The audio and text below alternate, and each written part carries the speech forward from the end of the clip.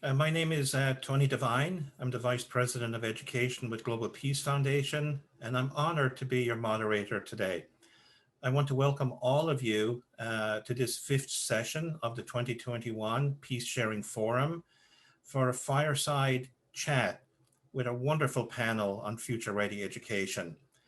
So our educational thought leaders will share their perspectives on the essential competencies and changes needed in education to ensure that students have the capacity to positively impact their lives, work, communities, and world. Future ready skills are in high demand by employers, yet these skills need to be guided well by shared values in the application of new knowledge and technologies to solve the pressing problems of our time and for the greater benefit of humanity. Correspondingly, teachers and school leaders will need to reimagine their roles by having the future arc of their students at heart in creating engaging, innovative, personalized, and collaborative school cultures. There is a link in the chat to the bios of our panelists that we'll have on our session today. We will also be posting links to helpful resources, and I want to invite all of you to post any helpful resources that seem to be working for you, and give us all a heads up on any upcoming events that's related to transforming education. We will start, before I introduce our panel, I would like to ask all of you to join us to take our first poll. This helps us with future events like this one. So I'll give you maybe about 25 seconds more to participate in this poll.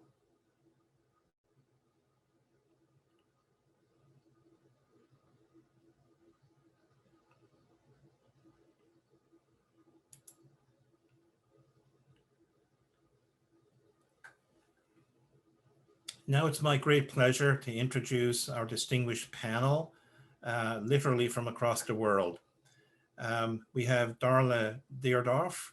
She is the Executive Director of the Association of International Education Administrators. We also have Ashok Pandey joining us from India. He is the Director of the Alcon Group of Schools in New Delhi, India. And then joining us from Nairobi, Kenya is Betty Ochieng. She is the CEO of Insights Africa Group. I want to thank all of our participants for the many wonderful questions that you submitted during registration. And we will start with round one of questions where each one of our panelists will have about 4 minutes to share their perspective. So let's start with Darla. So Darla, why is intercultural competence relevant in terms of helping adults and youth to connect beyond differences? Well, Tony, thank you so much for your question, and thanks so much for the invitation to join you all here today. As you may know, I've been researching and working on this concept of intercultural competence for over a decade. And given all that's happening in our world today, particularly with the pandemic that has exacerbated and really emphasized the inequities and divides in our society, intercultural competence is more important now than ever. And it's incumbent upon educators and others to intentionally address this key competence in the work that we do. And just to push this a little further, to really explore what is intercultural competence. In essence, it's what's necessary for us to get along together as humans sharing this planet. What are the skills and the knowledge and the attitudes needed for us to be able to get along together? And specifically, and this is where some of my research has come in, is looking at exactly what does that look like in terms of attitudes of openness and respect and curiosity, and looking at the knowledge of others, but also of ourselves, and understanding the lens through which we see the world, and the richness that different perspectives bring, and looking at how are we addressing this in many different areas in which we live and work, of the skills of listening for understanding, and really then seeking to develop this greater empathy. And then in the end, it's really relevant in terms of what's necessary for us to build deeper relationships with each other. I've been doing some work with UNESCO at the United Nations, and UNESCO talks a lot about how peace is in the minds of, it starts in the minds of men and women. And certainly this intercultural competence piece is really necessary then in the end to build a more peaceful world, and really learning how do we live together as a human family. And so these particular skills and knowledge and attitudes around intercultural competence become absolutely essential when we're looking at kind of that bigger picture. And again, kind of bringing it back to the present, given the divides that continue to increase in our societies and the inequities and the injustices that we all face within our own communities, we really must learn to embrace these skills and attitudes and knowledge of intercultural competence in really a daily basis as we learn how to relate better to each other across differences. And then, as you mentioned, certainly employers are saying that it's really important, of course, in the workplace as well. And so when we look at a broad way, these are a must. This is an imperative that we look at how do we address intercultural competence in today's world.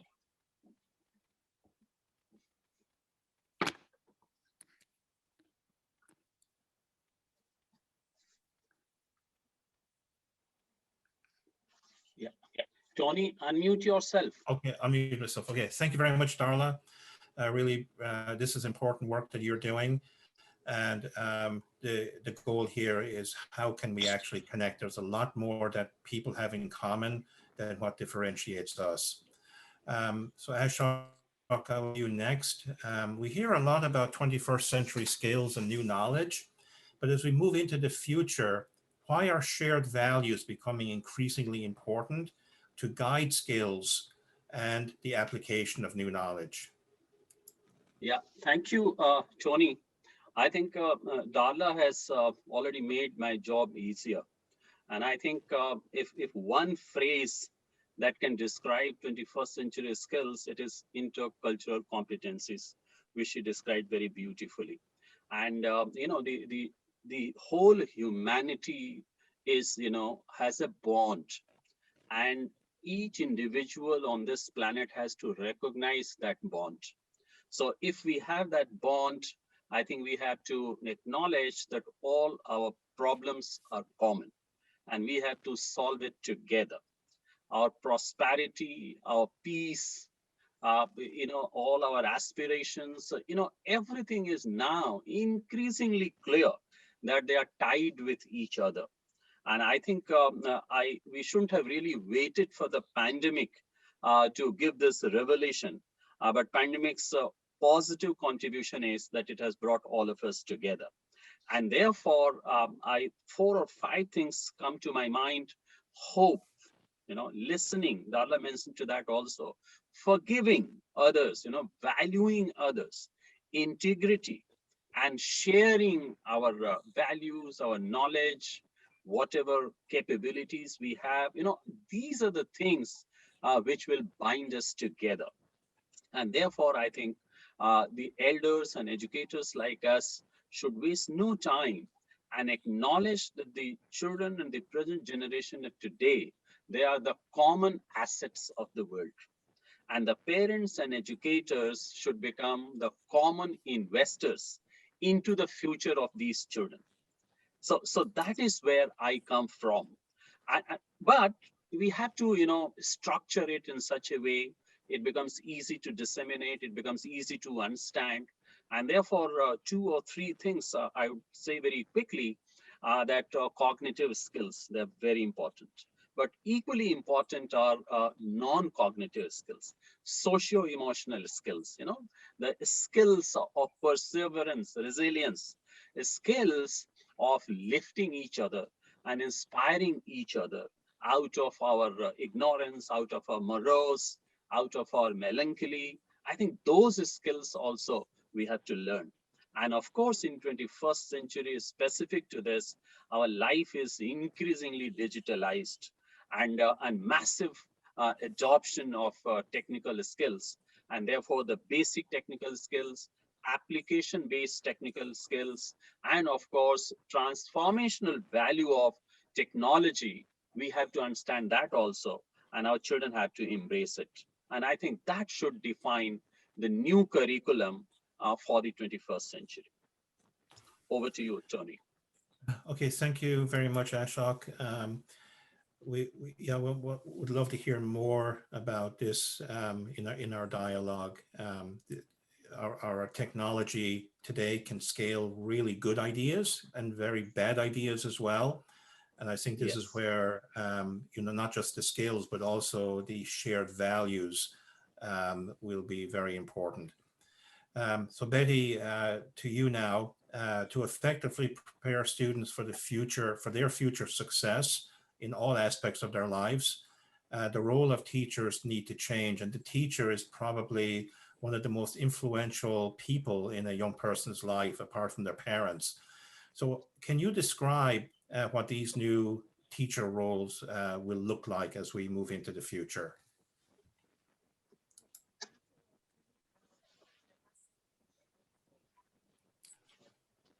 We're not hearing you, Betty, for some reason.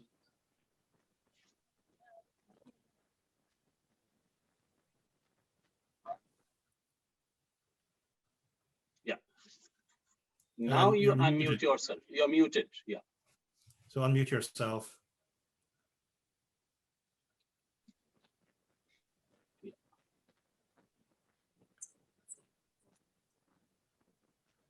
We can't. Yeah. Oh, yeah. yeah. Can you hear me? Yeah. Yeah, we Now can. we can hear you. Yeah, Betty, Yes. go ahead. Go ahead. Yeah. Thank you. Okay. So thanks, Tony, for having me. I'm glad to be here during this very inaugural time of looking at our education and the impact that we're making. And as Ashok and Darla has quite rightly said, peace begins in the mind of a person. And the role of a teacher becomes pivotal to that, because the child meets the teacher. And apart from the first teacher, which is the parent, the second teacher is the teacher who they meet at school. And what I want to talk about here is the skills such as what Don Darla has talked about: empathy, deep relations, seeking to understand before you seek to be understood.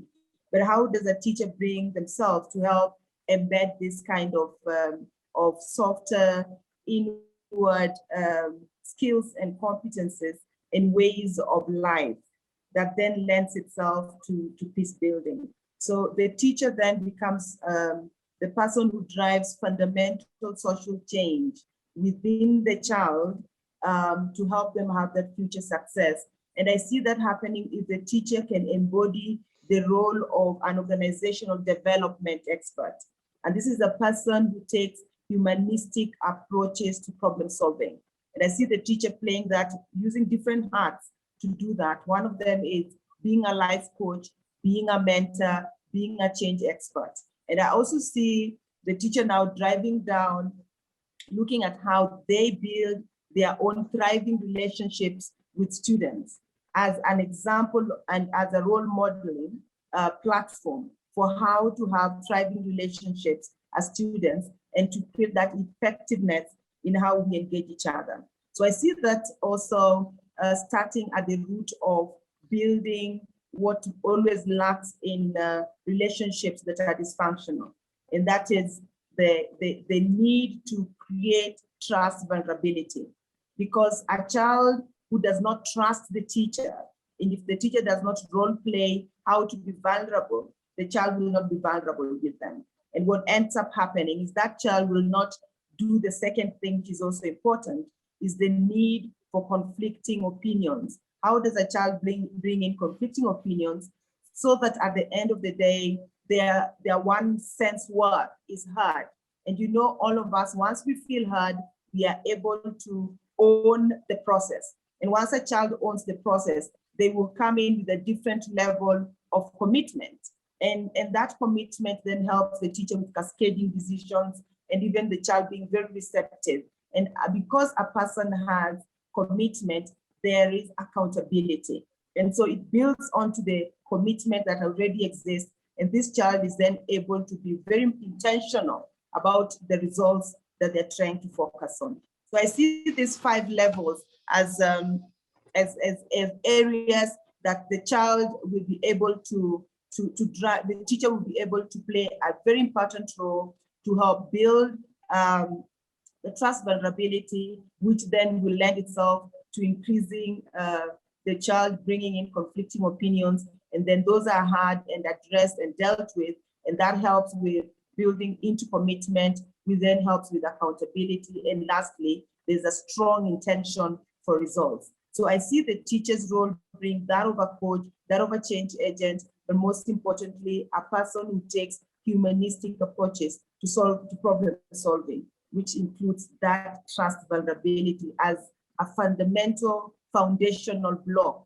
Because when you can be vulnerable and demonstrate that to you that it's okay to be vulnerable, the child will also find that it's okay to be vulnerable with you. And there you catch them at the very fundamental building block, and you're able to build it consistently and able to create the focus on the intention to results. So thank you very much, Tony.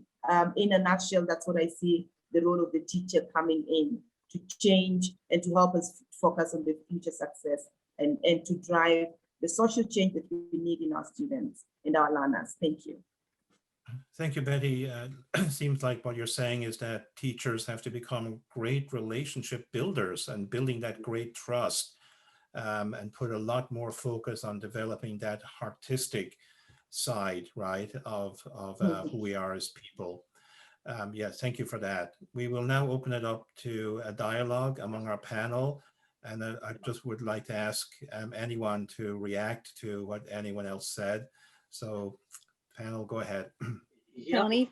Oh, sorry. Tony, thank you so much. I just wanted to say I was really struck by what Ashok and Betty both said, and really thank you both so much. I've learned a lot from you. Ashok, in particular, you mentioned, when you were talking, you spoke about a bond between people, and I was reminded of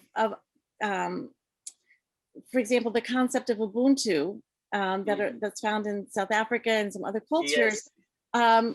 Where it talks about how we are, I am because we are because I am, that we are all yes. so interconnected. Absolutely. And what we do, each impacts each other.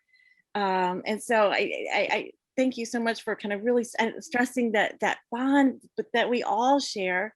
And then with Betty, you were talking here about the importance of being heard and building those relationships. And I was reminded of this work that UNESCO is doing around an intercultural methodology to really practice intercultural competence through story circles, and how teachers are using this in their classrooms, not only to build the bond, for example, between teacher and students, but also between students. Yes. And we piloted this all around the world. And it's available as an open access manual for anyone who wants to use this. But in particular, there was a middle school that we used story circles in Vienna, Austria. And Betty, your words brought to mind one young man who said, after going through the story circle experience, he said it's the first time in his life that he has ever felt heard. And this importance of being heard is just, it's so crucial, I think, to all persons. And so I want to thank both of you for the comments you shared. And thank you, Darla. That is why we are focusing that all our children, wherever they are, they must be taught about, the history and geography and economies of different parts of the world. You see, we are also emphasizing upon at least they should learn a language other than their own dominant language, right? Because language is, again, a very, very connecting thing. And then, the young children, we have found in the last 10 years, 20 years, they have a natural inclination towards connecting with everybody in the world. because they are more loving to diversity and inclusion, and there is some common denominator in them, right, which brings them all together in comparison to the previous generations. I think these are some of those things which we must leverage, and we should foster more, reinforce more, rather than discouraging them or telling them, no, you have to study hard because you have to get a good job and you have to pass an examination. I think these are some of the artificial barriers and restrictions that we put on children, and we stop them from learning these greatness and niceties of the human being from all parts of the world. Absolutely. I love what you talked about this, Ashok. I love what Ashok is just spoken about there in terms of children as a reference. I think children embody a lot of good, great virtues. And this is when we can bring ourselves as adults to the level of a child who doesn't see color. You can almost say they are colorblind. They don't see the cultural norms that we have working ourselves through too. You almost can say we educate ourselves out of good things. And so the notion here is, how can we go back to that place where we are pure, where we are trusting more, where we are more vulnerable, and we care not why we are vulnerable. But also, very fundamentally, how can teachers come in to not educate these good values out of children? And one of those things that I'm very proud about is never make a child lose its geniusness. It is said that 99 point something children are born geniuses, but then at age 5, only 20% of them are still geniuses. And at age 20, only 2% are still geniuses. And then it says that the world, 98% of the world's wealth is held by 2% of the world's population. And that is the percentage of the people who never lost their geniusness. So how can a teacher help a child not lose this geniusness of self-belief, of vulnerability, of trust, of goodness in it, and serenity and good-naturedness, and believing in others? Yes. Absolutely, Betty. And that is why I want to just add one quick point, Tony, with your permission, that, the children, young children particularly, they exhibit this purity of that geniusness that you're talking about, the creativity, and naturally coming to each other with sharing, helping each other. We put children on the stage, and every child remembers everybody else's lines other than their own, So if some child fumbles, the other one will come and quickly whisper in his ears. So, and therefore, Betty, if you don't mind, I would suggest that we have to come up to the level of the children rather than going down to their level. So because we have to learn a lot from them. I love that. That's great. Wow, amazing. Profound. Yeah. Yeah, No, what's really amazing, we learned this last year during the pandemic in such an acute way of how, in this day and age, everyone has to be continuous learners. And it's not just learning, knowledge, but it's learning about how do we connect, how do we relate with each other, the subject of what we're all talking about here today. And, those skills, those competencies are becoming increasingly important. Darla, you mentioned about story circles, right? And you were sharing with us how they've been very effective in getting adults and students to connect with one another. So why are they so powerful? What is it about them that makes them powerful? Sure. I think it comes back to something Ashok said about these social emotional skills, because oftentimes I think as educators, we focus on the knowledge piece, but with story circles, it's not just what's here and connecting here, but it also allows connecting through the heart, so that in the end, those in the story circles really do see that we are more similar than we are different, and that we are connected through our common shared humanity. But it's through here, and Betty mentioned the vulnerability. it's in that vulnerability that comes through in the story circles that allows those connections to go so much deeper. And those who've been through story circles, some of them, even United Nations staff, say it's the most amazing experience they've had during the entire time of the pandemic. And they were surprised at how deeply they could connect with others. And I think we are all hungry for that deeper connection with each other. So we're having a very, very important dialogue here about connecting, about relationships and so on. So let's bring the conversation a little bit deeper. When we look at technology today, I was alluding to this earlier, and even skills, right? We're talking about relationship skills, social emotional skills. They're actually value neutral in their own right. So where do values, shared values, come into this conversation to guide those great skills, right? So that they're being used and the new knowledge for the greater benefit of humanity. Can anyone comment on that? Betty? Yeah, Betty, would like to go? Yeah. Okay. I think the thing about shared and common values is it's about how universal they are. And also how they bring us back to growing up to the level of children, if you like. And I think it is high time, and I like what the fact that there are competencies that have already been developed that can help us with that. And so my notion would be, how can we make this be embedded and a way of life for all of us? And it's in the conversations, it's in the meeting spaces, in the story circles, where that conversation can be embedded with an outcome that the child will be like, wow, so if I live this way, if I adopt this way of life, I am able to achieve this kind of outcomes, not only for myself, but for the world. Because when you come down to the bottom of it, we all want to do good. We all want to make a good impact. And if somebody can show us that this way of life, this way of being, this way of connecting with someone else brings us to that place. And I think that's the way we can actually embed this. Over to you, Ashok. Yeah, Betty, I think I absolutely agree with what Betty has said. And Tony, what you say is beautiful, that technology is neutral, value neutral, right? And technology in the hands of anyone tries to imbibe the values of those hands, right?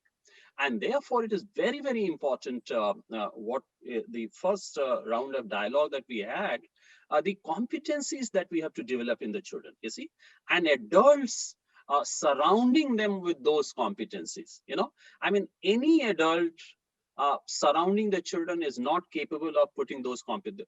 The adults themselves have to be competent in all those things, right? Because ultimately, children today, in my opinion, they have got only 3 doors to go and knock to. First door is, of course, the adults. And therefore, adults are going to give their biased opinion, or they're going to share their wisdom, their competencies. This is one thing. The second door they knock to is their own peer group. And of course, the peer group, how much wisdom they will share with each other, particularly in areas which are confusing and creates doubts in the minds of the children. So that is also a very, very conflicting area. And third, of course, is the whole website and open source of knowledge, and children will go there also. So I think the life for the children is very, very difficult. And that is why I come back to the teachers again.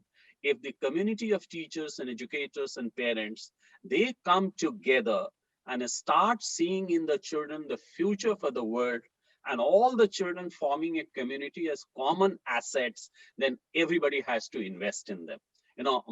After all, we have heard this African proverb right from the childhood, that it takes the entire village to raise the child, you see. And all the wisdom and the value lies in that village, right from the time immemorial. And it is the distortions there, or dilutions there, or let us say some kind of not taking the responsibility there, which is now creating a lot of problems. So therefore, we have to go back to those very, very foundational principles of raising children. Thank you very much, Ashok and everyone. So let's go to our next round of questions here. So Darla, this one is for you. So Darla, you're one of 4 experts involved in advising the OECD on the PISA Global Competence Test that was given to 15-year-olds around the world in 2018. And I know that the results were just recently published a few months ago. So what can you tell us about that, and what stood out to you in those results in terms of the implications for school leaders and teachers? Sure. Yeah. Thank you so much for that question, Tony. And I should mention you can get the results online, but they're in a big 400-page book. So there's a lot there. So I'm just going to synthesize a few things that stood out to me. And I loved the conversation earlier about the importance of languages, because what we saw in the results is that those students who spoke more languages scored better on the global competence cognitive test. And so that's really interesting to me. And I think, again, emphasizes what we've been saying is the importance of languages and so on, and in the education. It was also interesting to me that that first of all, global competence could be taught. That's been actually a debate for a number of years, but this confirmed, yes, this can be taught. And moreover, it matters in terms of the number of learning activities that are given to students or done with students to increase their global competence. And so what we saw was that there was an average of about 5 learning activities. And those students that had more learning activities addressing global competence obviously scored better. But what was interesting to me is that the 2 most popular or cited learning activities, one was around, of course, sharing information about other cultures, but second was around conflict resolution skills. And I was really fascinated by that. And I think for me, some of the takeaways when I look at these results is, first of all, teachers need to be very intentional about addressing these intercultural and global competence skills in the classroom. That unfortunately, a lot of this is not just occurring naturally for us. Otherwise, I think the world would be getting along a lot better than what we do. But it needs to be intentionally addressed in the classroom through these activities, and active engagement matters. It's not just students sitting there soaking in the knowledge, but how do we actively engage students with each other and with the world, with their communities, in learning how to better relate and get along together. Yeah, that's very, very interesting information, Darla. And also it points to, I think, the changing role that teachers need to hopefully evolve into, right? To really help people connect and bring out the best in them, and to be those great facilitators, right? In their own right, rather than just being transmitters of knowledge, right? We have to Absolutely. really that. Yeah. So Yes. I think that's where, you know, in our session yesterday on transforming education, we had an amazing panel, and they talked about, you know, that the future is going to be hybrid, right? You know, online and in person. And I think, you know, the knowledge part, the cognitive part can be done online, but the in-person connections in the school, I think this is where all of this relationship, global competencies, skills, shared values, that's where that should be happening and can happen as well. Okay, Ashok, related to that, what has worked in your experience to inspire teachers to step outside their comfort zone and permit themselves the freedom to try new innovative ideas, right, in their classrooms? Oftentimes teachers feel restricted by the system, but nobody's stopping them from being innovative, correct? I know. So thank you, Tony, for asking this question, because, you know, this is very close to my heart. And as you know, I have worked with teachers for many, many years on professional development. But before that, a quick comment on what Darla said. When she was talking, you know, my mind was constantly thinking about the urgency of introducing visible thinking routines in the classrooms. You know, when children start looking at each other, that somebody's thinking something, So how that thinking is progressing, how it is directed, how it is coming to a solution, and then they start learning from each other. So that's very important. And that just came to my mind from what she was talking about. But as far as teachers training is concerned, Tony, I have come across, thousands of teachers and talking to them, and 3 or 4 very defining things have come to my insight. One is, of course, the teachers acknowledge it by and large, that they love comfort, okay? They love comfort more in comparison to people in the corporate or any other profession. And therefore they say that I think somebody should be there to shake us out of that comfort and motivate us to embrace discomfort, So that is acknowledged universally. The second thing they say is that, look, somehow somebody has to tell us how to prioritize things, between our personal preferences, professional preferences, and what is the roadmap for new learning. Because by being a teacher by profession, somehow this thought comes to their mind that, look, I have studied all my life, I have got the training, and these children are young, and I'm teaching them, I'm making them happy. What more is required? So that's a very natural thought that comes to their mind. And the third thing they acknowledged is that somebody must push us from behind and push us with empathy, with compassion, with trust in us, and with some kind of, belief that we can do something. And if we make a mistake, we'll be corrected rather than will be punished. So that is also one area. And the fourth thing they said is that we must get the feedback very honestly, because any colored feedback or motivated feedback will discourage us. So I think these 4 things, I call them as pushers, to push them out of their comfort zone. And once that is done, then they need a leader who leads by example. Okay, so leader herself or himself is a learner first, and then only you can push somebody else into learning. They need to be recognized, inspired, shouted about their achievements, big or small. Mentoring with the peer, with the leader as a participant and facilitator, and creating enabling environment around them. So if the leader can be someone who brings new knowledge to them, sends them to gain new knowledge in an environment where it is possible, and they see themselves growing every day in comparison to the previous days, I think those are the greatest enablers around teachers' professional development. Great, thank you, Ashok. Talking about teachers and school principals too, becoming those transformative leaders, right, in their own right, not just having, I have to teach this subject today, but they have a bigger dimension in their role that hopefully they can evolve into. Betty, what can teachers, related to this, what can teachers and parents do to get students and children to believe in themselves and thus allow their potential to flourish? Wow, thank you, Tony, for that following question. I think I was actually thinking about when Ashok was talking about thinking, the visible thinking, the directed thinking, and when you think about it, this is the inner game of success.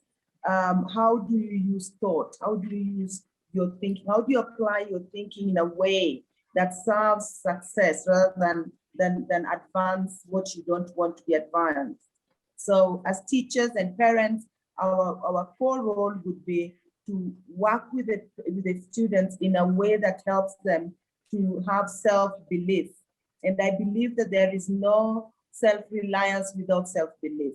And I see that happening through this inner game of traveling. So you cannot travel without a journey you've not traveled within. So how do parents and teachers come to help us do that? And I see that in several ways. One is that the fundamental of that is the issue of identity. How can you bring the students to a place where they understand the power that they have to co-create their own results so that they feel powerful, they know they can do and they can make change and they can make a difference. The second thing is the power of visioning. The parents and teachers ought to help the students to get to have their own dreams, because you know that a dream is actually a goal-seeking missile. So the mind is a goal-seeking missile. So we must have our students having a dream that resonates with them. We help them to define a dream that they really would love to have, or a life that they'd love to live, so that it is not our life, but their life. How do we help them to have that vision in process? The third thing is help them to be sure that that dream is worthy of them, not that they are worthy of the dream. Now, what we have done in the misnomer, in the point of departure, has been when we have taught students that they ought to be worthy of something else, not that those things need to be worthy of them. Now, there's a difference. There's a power dynamic that teachers and parents need to help their children to start seeking for things that are worthy of them, because they are far much more worthy. So coming from the identity of somebody who is resolute and knows that they are powerful, they have unlimited potential, and they can do it. They can make a difference in the world. That child then seeks for things that are worthy of them. The other thing is to help these children increase their own sense of deserving, that they deserve better, and therefore they are more honorable. And when a child finds themselves to be more honorable, there are things they will not do. There are things they will not engage in. So how do we internally have these conversations that help children to even lay claim to their sense of deserving, of greatness, of good things, of honorable things? And lastly, I'd like to talk about helping the children to disarm their fears, their worries, and their doubts. Again, still the inner journey of what's you worry, because what you worry sits in the way of your own full potential. So for them to access their full potential, we need to rid them of fear, of worry, and doubt, and so that they can use the fears and doubt and worry as stepping stones to their greatness. And also help the children to start realizing that this world is much more abundant than we have ever been sensitized to. So the parents and teachers to teach the children to come from abundance, even when the physicality of things look like they are lacking. They may seem like lack, but they are not really lack. So how can teachers and parents help children to do this? And lastly is to teach the teacher to practice and show them how to forgive. I remember Ashok talking earlier about the power of forgiveness. Unforgiveness is one of the things that erode our efforts of peace. But a person who has unforgiveness work going on within them cannot be able to exude forgiveness out there and also stretch and give and stretch and extend grace to the other people. So I want to stop there just for us to know we need to bring our children back to their intuitive capabilities. Very important points you mentioned there, Betty, about unleashing the potential, people's potential, and our students. It's unlimited, actually, right? So really thank you for those keen insights. We're going to now run our closing poll. So please join us in taking our closing poll here. And while that's going on, I really want to thank our great panel from India, from Darla, Ashok, and Betty from India, the US and Kenya. Great representation from around the world, for your thought-provoking contributions on future-ready education. And I think you shared a new dimension of what it means to educate and prepare our students for the future. I'd like to next share about some announcements of things that are coming up. So we ran out of time very fast on this conversation today, but it will continue. This conversation absolutely has to continue. And we have another opportunity in August of this year with the Global Peace Convention 2021. It will be a virtual convening, and we'll be continuing the conversation on transforming education, peace building, and several other topics too that are important in our world. And at this point, I just want to announce our closing session of the 2021 Peace Sharing Forum just coming up in about 20 seconds. It's going to be on strengthening youth civic engagement and participation. So with that, I want to make a final thank you to all our participants who joined us today from around the world. And one final great thank you to Darla, to Ashok and Betty for your inputs today. Thank you very much. And Thank this you. closes the session. Thank you, Tony. Thank you very Thank much. you very much. Thank you, Darla, and thank you, Betty. Thank you Nice all. Welcome, learning welcome. from Thank you, both of Darla you. and Ashok, and thank you, Tony, Thank for having you. us. Thank you. Thank you. Thank you. Thank you very much. Thank you.